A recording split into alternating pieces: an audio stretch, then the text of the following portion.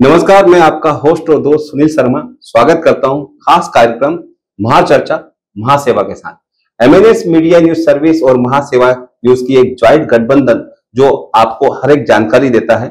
जिस तरह से लोकसभा का चुनाव संपन्न हुआ और मोदी सरकार ने हैट्रिक की, उसी तरह से अभी महाराष्ट्र में और मुंबई में विधान परिषद के चुनाव पर सबकी नजर है। विधान परिषद का चुनाव बड़ा इंपॉर्टेंट है क्योंकि इसमें आपका जो ग्रेजुएट होता है, युवा जो स्नातक करके निकलता है, वो उनके लिए कैटेगरीज है ग्रेजुएट के लिए, और टीचर्स अध्यापक जो लाखों अध्यापक उनके लिए कैटेगरीज है।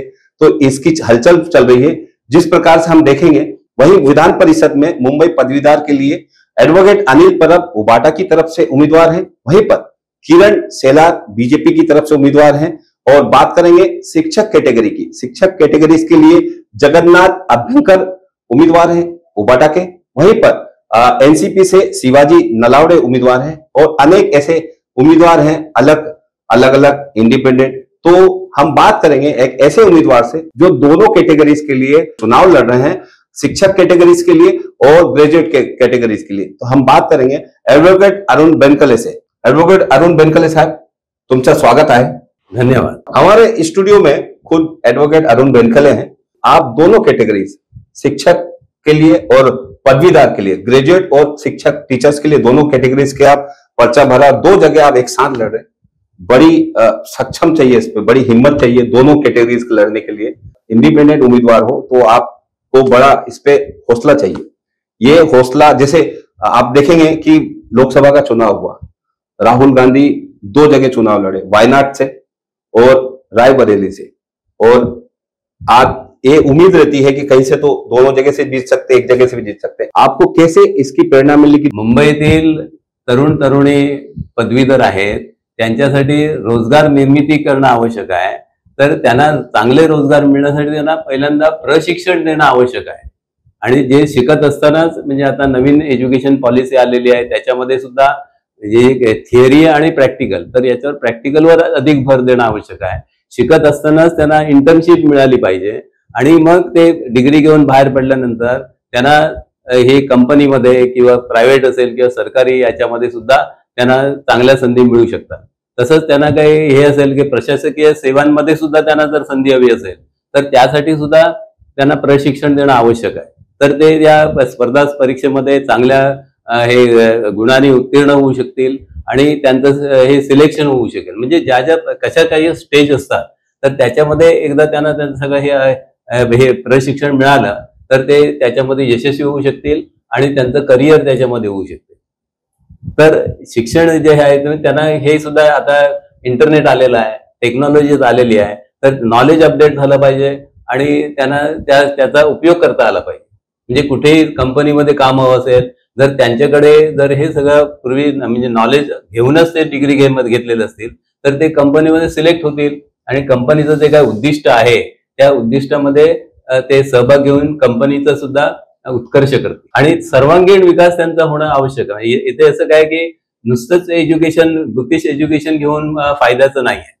त्यांना प्रॅक्टिकल एज्युकेशन पाहिजे, त्याचा अनुभवाचा फायदा त्यांना नोकरी मिळण्यामध्ये होईल। तर सर्वांगीण विकास करण्यासाठी जे काही करता येईल, म्हणजे विकासात्मक आणि त्यांच्या कल्याण योजना ज्या असतील त्या करण्याचा प्रयत्न मी करेन। बिल्कुल, सर्वांगीण विकास गरज आहे। माझा नेक्स्ट क्वेश्चन आहे, मुंबई शिक्षक मतदारसंघ तुम्ही उमेदवार आहे, काय तुमचा मॅनिफेस्टो आहे? मुंबई शिक्षक मतदार संघामधून निवडणूक लढवण्यामागे असा उद्देश आहे की त्यांच्या अनेक समस्या आहेत त्या आतापर्यंत सॉल्व्ह झालेल्या नाही। मुख्य समस्या मतदान हे यादीमध्ये त्यांचं नाव नाही आहे, म्हणजे त्याच्यासाठी काही अट ठेवलेली आहे। म्हणजे कसं आहे की हे शिक्षकाचं मतदार यादीमध्ये नाव येण्यासाठी तो हे मतदार यादी करण्यापूर्वी 3 वर्ष तो कार्यरत असणं आवश्यक आहे आणि रिटायर लोकांना मतदानाचा हक्क नाही। प्राथमिक शिक्षकांना सुद्धा मतदानाचा हक्क नाही किंवा त्यांना नाव नोंदणी करता येत नाही। हा मतदारसंघ हा खास शिक्षकांसाठी बनवलेला आहे, त्यामुळे कुठल्याही शिक्षकाला मतदानापासून वंचित ठेवता येणार नाही। तर त्यासाठी मी प्रयत्न करणार, निवडणूक भारतीय निवडणूक आयोगाकडे हे याचा पाठपुरावा करणार की हे जे अट आहे ती काढून टाका, फक्त शिक्षक ट्रेंड असला पाहिजे। त्याचे कमीत कमी असं सांगू शकता तुम्ही की मग त्याचे 5 वर्ष सेवा झालेली पाहिजे आणि मग तो मतदान करू शकेल. पण त्यांना मतदानापासून वंचित ठेवणे, जे रिटायर झालेले आहेत त्यांना सुद्धा मतदानाचा हक्क आहे. जसं आपण लोकसभा विधानसभेमध्ये सुद्धा ते मतदान करतात, तसे वयाची अट नाही आहे. 100 वर्षाचा माणूस सुद्धा मतदान करू शकतो. मग ते शिक्षकांच्या बाबतीत शिक्षक रिटायर झाल्यानंतर त्यांचा मतदानाचा हक्क कसा काय रद्द होऊ शकतो? तर ते त्याच्यासाठी आम्ही त्यांना मतदानाचा हक्क मिळवून देणार आणि संख्या वाढेल इथे. याच्यासाठी की खास घटनेमध्ये हे तरतूद करण्यात आलेली आहे की हा मतदारसंघ त्यासाठी त्यांना एक शिक्षकांना एक हे प्रतिनिधित्व मिळावं यासाठी हा मतदारसंघ आहे.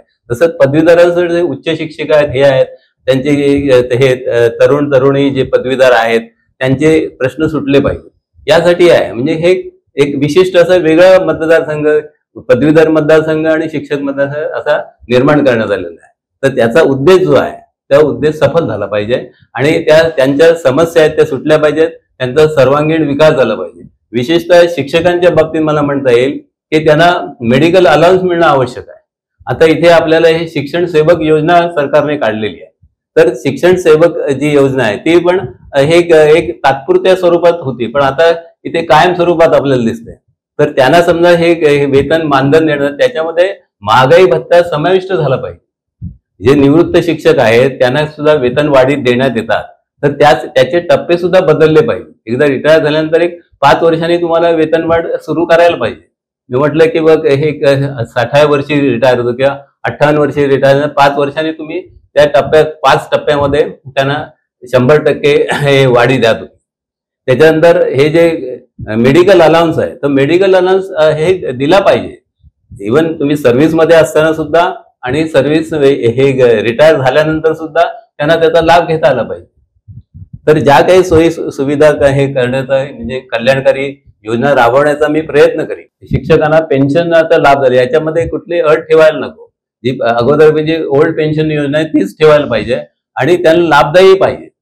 कारण का इथे पेन्शन जे मिळतंय जे निवृत्ती वेतन ते करमुक्त असलं पाहिजे. कारण ते काय ते ट्रान्सफर इन्कम आहे, याच्यामध्ये काय त्यांनी ते काय अनअर्न इन्कम आहे, ते त्याच्यासाठी ते काय कष्ट करत नाही, सरकार त्यांना देत आहे, त्याच्यावर पुन्हा टॅक्स घेण्याची गरज नाही.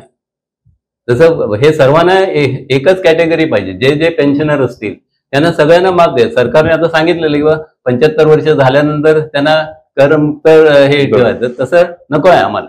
इथे शिक्षकांना एक प्रकारचं म्हणजे निर्वाह भत्ता आहे, सर्वायवल अलाउन्स आहे तो, तर त्याच्यावर टॅक्स असणं गरजेचं नाही. ते करमुक्त करण्याचा मी प्रयत्न करेन. तो ये थे एडवोकेट अरुण बेनखले, जो मुंबई शिक्षक मतदार संघ के इंडिपेंडेंट उम्मीदवार हैं और मुंबई पदवीधर मतदार संघ के उम्मीदवार हैं, साथ ही मुंबई शिक्षक मतदार संघ के उम्मीदवार हैं.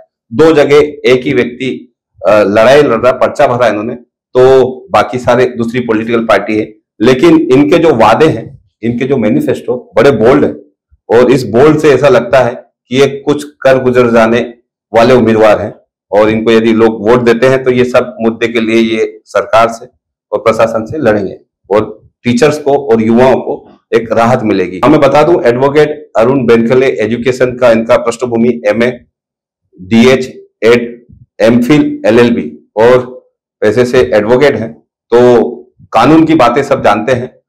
एडवोकेट अरुण बेनखले साहब, आपको बहुत बहुत बधाई. आपको आपके जो मैनिफेस्टो, आपके जो वचननामा है उससे लोग आपको समझें और वोट करें. आपको बहुत बहुत शुभकामना. धन्यवाद हमसे बात करने के लिए. धन्यवाद.